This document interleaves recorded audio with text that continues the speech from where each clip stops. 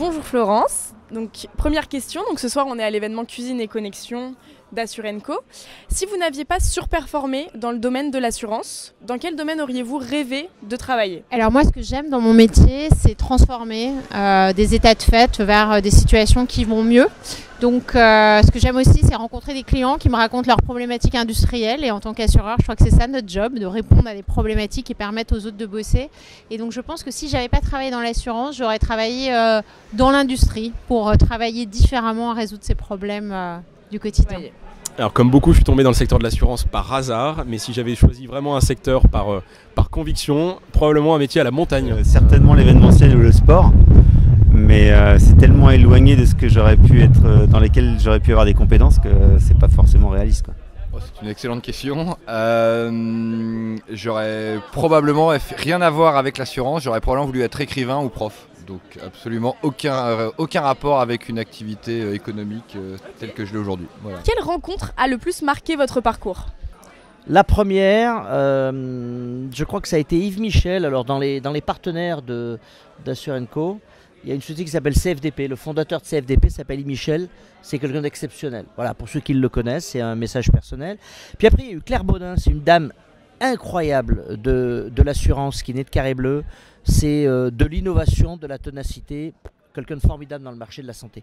Je ne sais pas s'il y a une rencontre. Je pense que les rencontres qui m'ont le plus inspiré sont les personnes qui m'ont challengé dans ma carrière. Ça a pu être des managers, ça a pu être des personnes qui venaient d'environnements complètement différents, mais qui par leur engagement, par leur conviction, par leurs compétences, ont su aussi me bousculer et me faire sortir de mes retranchements. Voilà, donc je pense que les personnes qui m'ont le plus inspiré, sans citer quelqu'un en particulier, sont toutes celles qui ont su à un moment donné me bousculer aussi dans ma vie. Alors je pense que c'est pas une rencontre, c'est plus une expérience. J'ai passé 15 ans chez SPB où j'ai tout appris sur le domaine de l'affinitaire. Je pense que ça m'a construit, ça m'a permis de développer de l'innovation, de développer de nouveaux marchés. Et je pense que c'est ça qui m'a le plus apporté et qui a construit un peu ce que je suis maintenant. C'est un besoin d'innovation, un besoin de challenge, un besoin de développer de nouvelles choses dans des structures qui me le permettent. Et je suis arrivée chez NIT il y a très peu de temps. Et je pense vraiment que ça va m'apporter tout ce dont j'ai envie depuis maintenant 30 ans dans l'affinitaire et qui me permettent de développer ce en quoi je crois.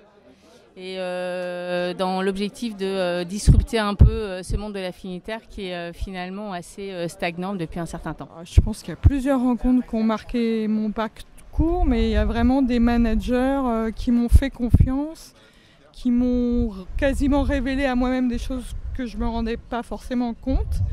Et j'ai vraiment j'ai grandi grâce à des gens qui m'ont fait confiance.